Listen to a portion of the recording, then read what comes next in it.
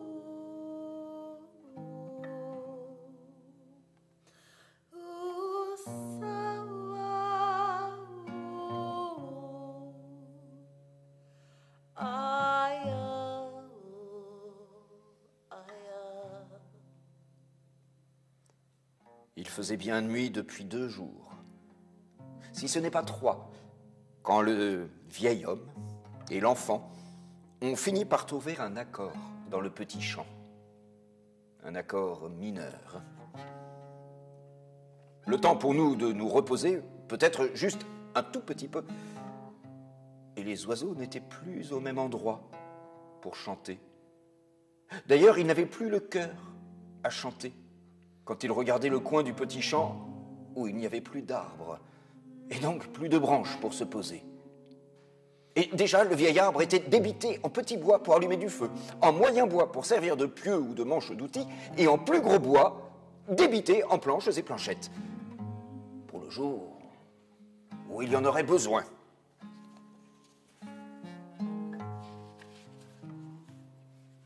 Justement, Moi qui étais là pour porter, et qui ne portais plus rien depuis les cailloux tout défripés, justement, je tombais bien. Et nous voilà de nouveau sur le chemin, avec un petit chargement pas bien lourd de planchettes pas bien épaisses, et un cœur bien chargé chagrin au souvenir du cœur navré du petit garçon.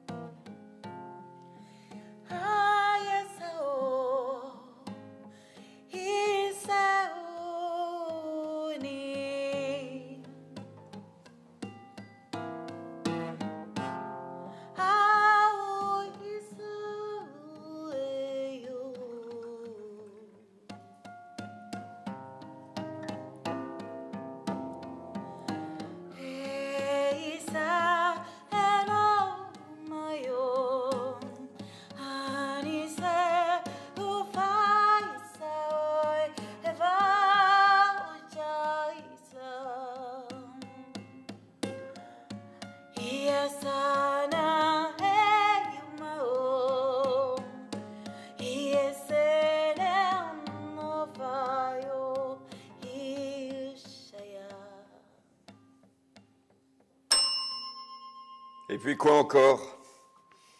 Je ne vais pas raconter toute notre histoire quand même. Ce que sont devenues les planchettes du vieil arbre coupé? Ah ça, c'est une autre histoire. Enfin non, c'est une façon de parler parce que, en fait, c'est bien la même histoire. Mais c'est une autre partie de l'histoire. Mais faut-il parler de chaque chose? Parce que je pourrais en raconter bien d'autres, des étapes inattendues avec elle.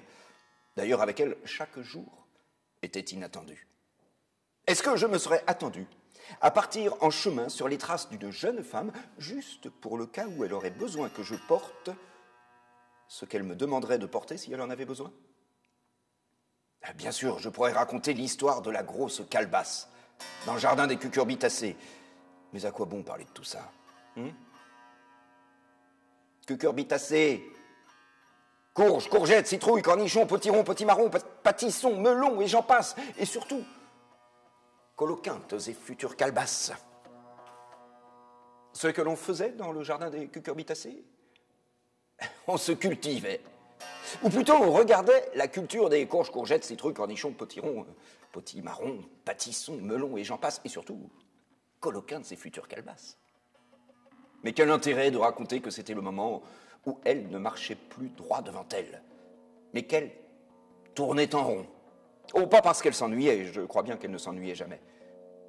D'ailleurs, je pense qu'elle ne se posait pas la question de savoir si elle s'ennuyait ou non. Quand on se demande si on s'ennuie, c'est déjà qu'on accepte de s'ennuyer un peu, non? Elle regardait autour d'elle, ou bien elle avançait devant elle, ou bien elle écoutait, enfin, toutes sortes de façons de ne pas se demander si elle s'ennuyait.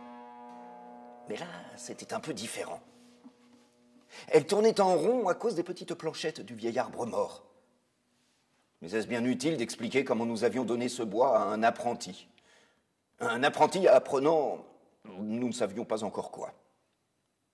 Un jeune garçon qui nous avait suivis un moment et avait fini par lui demander à elle ce qu'elle comptait faire de ces planchettes.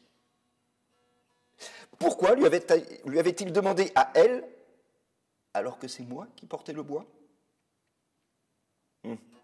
Bien sûr, c'est une question que je me suis aussi posée, mais je préférerais mieux ne pas en parler.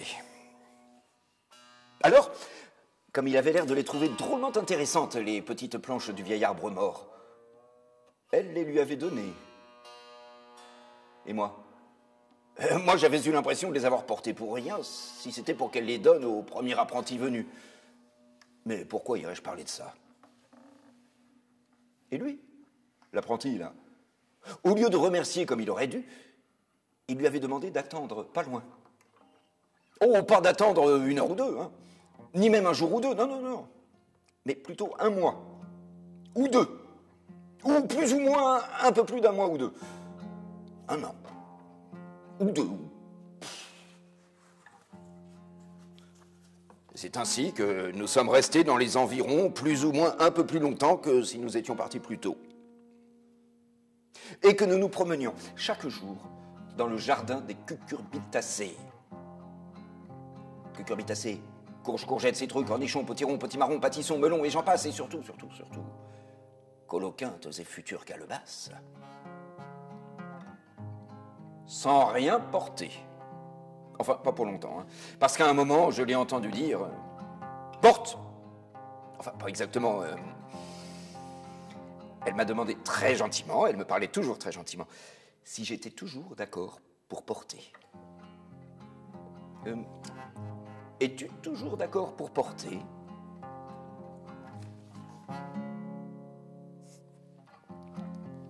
Je regardais ce qu'elle regardait.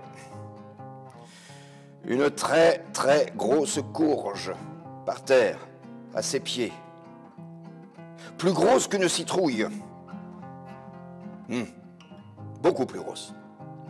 Une fois vidée, elle ferait une très très très belle calebasse. Bien sûr, j'aurais pu lui demander pourquoi faire. Mais pourquoi lui demander pourquoi faire, puisque je savais bien qu'elle n'en savait rien? L'idée lui viendrait, le moment venu. Une calebasse, c'est une calebasse. Ça servirait bien un jour ou l'autre. Elle récoltait juste ce qui construisait sa vie. Et moi, j'étais là pour porter. De toute façon, je n'avais rien d'autre à faire. Je portais. Et je ne m'en portais pas plus mal. Alors, je me suis baissé pour prendre la très, très grosse courge. Plus grosse encore qu'une citrouille, qui, une fois vidée et séchée, ferait une très, très belle calebasse. Et là, j'ai compris que je n'étais plus d'accord pour porter. Enfin, que mon corps n'était plus d'accord. Parce qu'elle était très, très lourde. La très, très grosse courge, plus grosse qu'une citrouille, qui ferait peut-être une très, très belle calebasse une fois vidée et séchée, mais qui n'était encore ni vidée, ni séchée. Tellement lourde que je n'arrivais pas à la soulever. Mais quelqu'un est arrivé. Le cucurbiticulteur, je suppose. Enfin, celui qui cultivait les cucurbitacées, courges, courgettes, citrouilles, cornichons, potirons, potimarrons, pâtissons, melons, et j'en passe, et surtout, coloquintes et futures calebasses. Il a coupé la très très grosse courge en deux. Il l'a vidée de toute la chair et des pépins qui étaient à l'intérieur, et il me l'a donnée à porter. C'était beaucoup moins lourd comme ça. Enfin, tout ça, je n'en parle pas.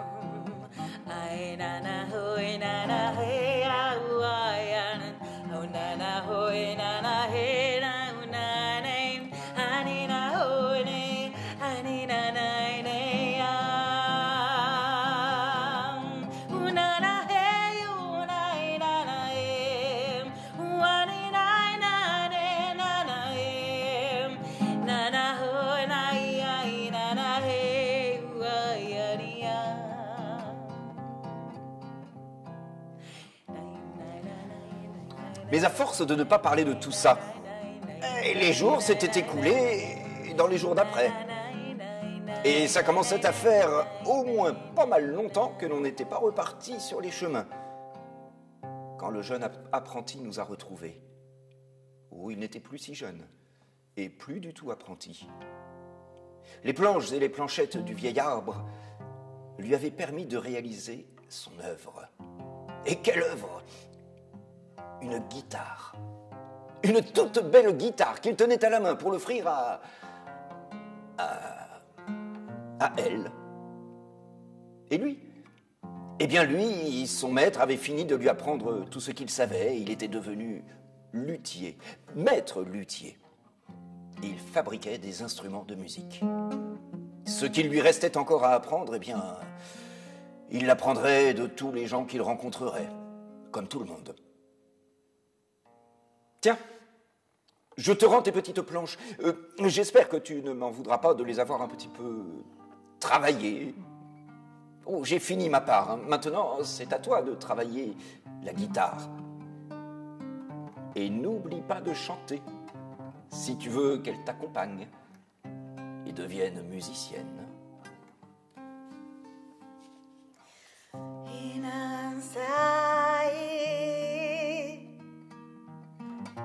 Oh my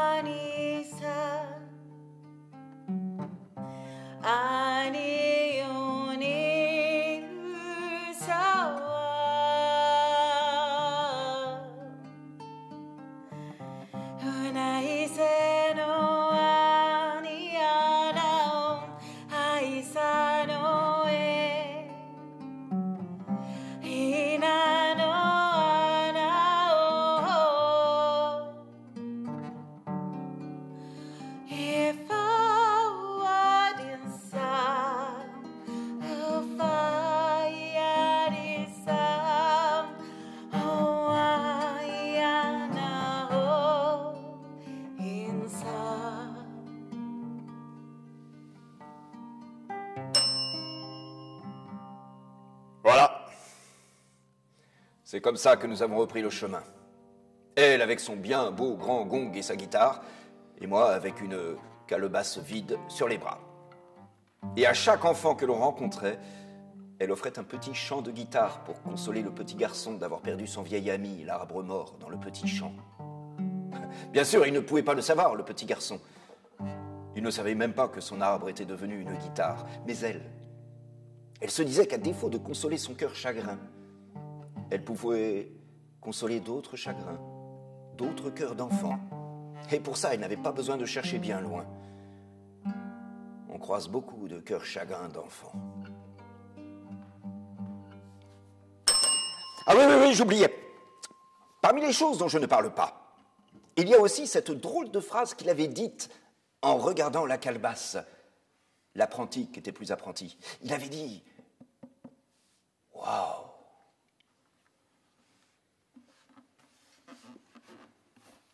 Quelle belle tempura tu as là. Moi, je ne voyais que la calebasse que je portais, mais lui voyait déjà ce qu'elle pouvait devenir. J'aurais bien aimé voir comme lui, mais je ne savais pas ce qu'était une tempura. Alors j'ai continué de voir la calebasse et de la porter, jusqu'à ce qu'elle devienne... Ah, mais plus je parle et moins je me tais. Et à force de ne pas parler des choses dont je ne parle pas, j'ai l'impression de ne pas laisser toute la place au silence de la musique. Alors je vais essayer de ne rien dire, au moins le temps de me taire. Et c'est comme ça qu'un beau jour, quand même, il y a eu la rencontre avec la personne qui a fait de la calebasse une tempura.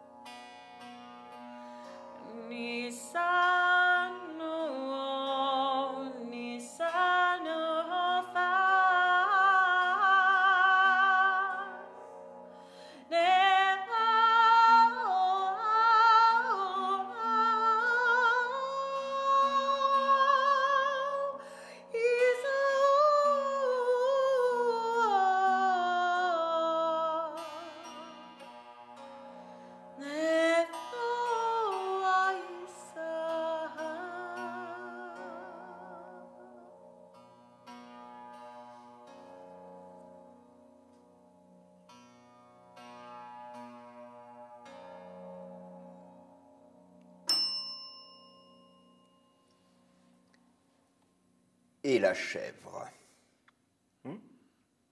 Bon, ce n'était peut-être pas une chèvre, après tout. Un bison, peut-être?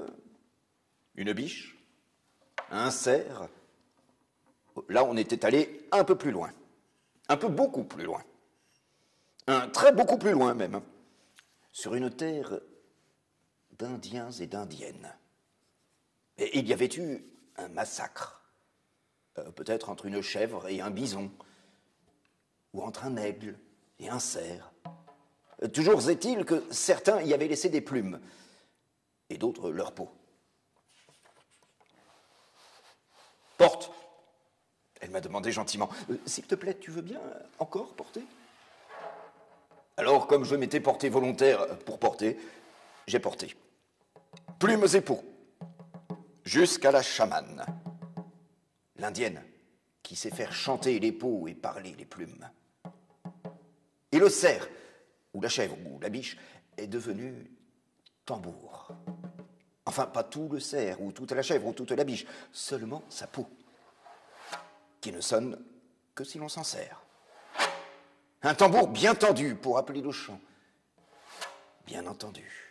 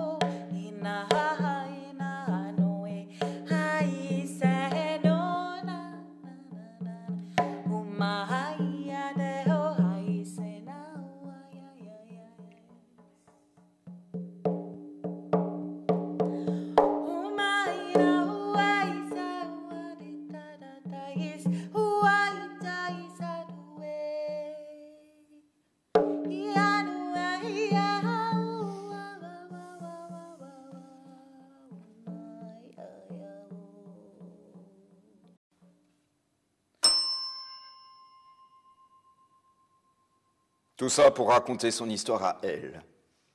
Elle, qui marchait droit devant elle, sans savoir où elle allait, si ce n'est au-devant de sa vie, avec tous ces instruments qui sont venus à elle, elle qui a trouvé sa voix en chemin, la voix du chant, le chant des instruments et son chant à elle. Et des gens sont venus parfois lui apporter d'autres instruments qui tombaient dans l'oubli, à force que personne ne sache les faire jouer. Elle non plus ne savait pas les faire chanter, mais elle n'avait jamais peur de jouer avec eux et d'appeler de son chant leur musique intérieure. Voilà. Il y a combien? Des jours, des mois, des années, du temps passé que je ne porte plus que ces souvenirs. Je les porte en moi. Ils me rendent plus léger. Les mains vides et ma vie pleine de ces moments-là avec ces gens-là. Elle chante pour remplir le cœur des gens. Et moi, je suis la mémoire de l'histoire. Une histoire que j'ai commencé à écrire pour ne pas laisser s'effacer toutes ces empreintes dessinées sur le chemin, ni tous ces souvenirs laissés dans nos cœurs.